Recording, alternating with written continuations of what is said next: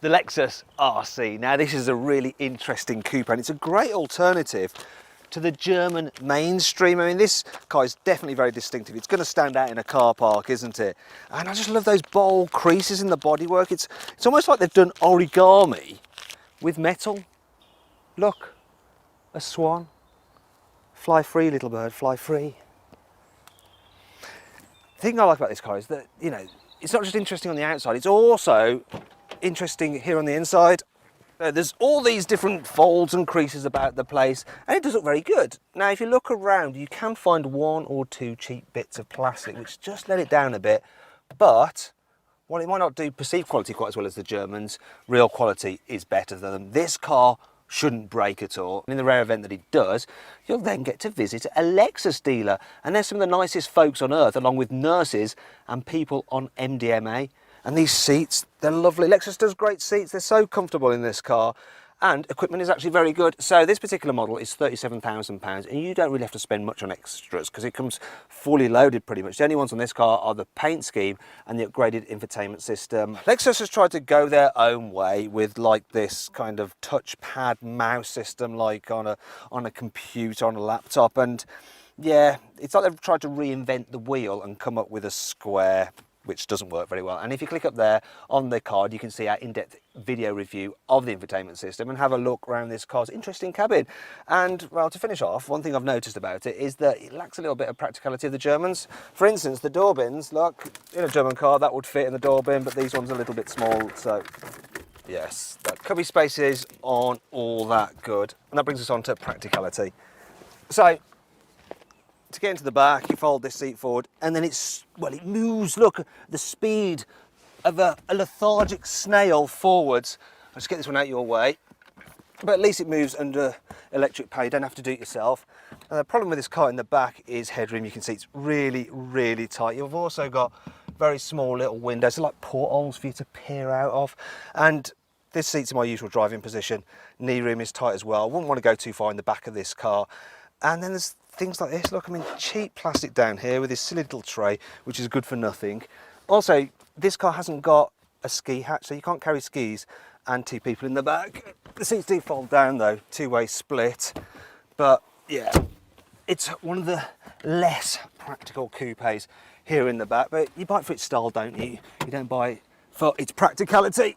And it's a good job too, because its boot is one of the smallest in this class. Now, the opening, it's all right for getting stuff in and out, but there's not so much that you can actually load in it. And it's even worse with this hybrid version because the batteries eat into boot space. So, oh look, I do have some underfloor storage, but it's only really good for storing your business cards. You do get a few tethering points here and there, but on the whole, yeah, the boot space on this car is lacking compared to its rivals. Now if you want to see just how much stuff we could or couldn't fit into this boot, click up there to watch our in-depth practicality video. You'll also be able to see what it's like with two adults in the back of the car and just how easy it is or isn't to fit a baby seat.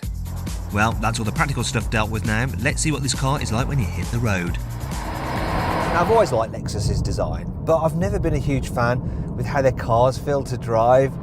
But I think they finally got it right with this RC. So the car I'm driving here is a 300h and I've got a 2.5 litre petrol engine up front, mated into an electric motor, and it drives the rear wheels via a CVT gearbox. But if you twist this knob, put the car into sports mode and use these pedals, you actually get stepped gears like in a normal automatic. It does an okay job of mimicking a normal auto, but not quite good enough. However, if you back off the throttle, put it into normal, you can just coast along on electric power alone. And then it's like eerily silent in here, and that helps boost the economy. So Lexus claims this car will do 57 miles per gallon, and actually looking at the trick computer, because I've been driving it pretty carefully, I've got 50 mpg. The only problem is that, well, because you've got the batteries, the motor and an engine, it's quite a bit heavier than say a rival Mercedes C-Class Coupe, and that does affect performance. So 0 to 60 for this guy is about 8.5 seconds, which really isn't that quick for something that looks so sporty. The other options, they're a 2 litre turbo petrol, which is pretty quick, or a really quick 5 litre V8, which is absolutely raucous.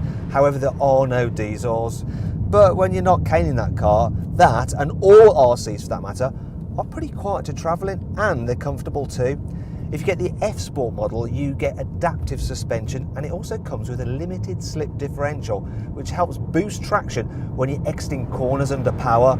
Though to be fair, I don't think this RC is quite as sporty to drive as a BMW 4 Series. Another problem that I have compared to the 4 Series is the visibility. It's just not as good. The view at the back's pretty bad. There's a huge pillar, you might be able to see it in the camera at the back as well, and you can actually see it better if you click up there to watch my 360-degree video, as you'll be able to have a good look around this car's cabin by moving your phone about. Overall, the Lexus RC is pretty good, but it does have a few annoying features. Seems a bit odd for a supposedly high-tech car to have an old-fashioned foot-operated parking brake. So Lexus go and style this beautiful car and then slap this horrible bit of plastic trim on it. Why? The touch-sensitive temperature control may look pretty cool, but it's actually quite hard to get the temperature you want. There's this annoying partition in the glove box which just limits its practicality somewhat. However, it's not all bad. The Lexus RC still has plenty of cool features. The headlamps have inbuilt cooling fans to increase the longevity of the bulbs. The car's sat-nav can produce a QR code which you can scan with your phone, so you can use your handset to direct you the rest of the way to your destination on foot. These little winglets there, they create vortices to help reduce drag and minimise wind whistle. Lexus employs special Coupe craftspeople with over 25 years experience to build this car. They even wet sand the paintwork.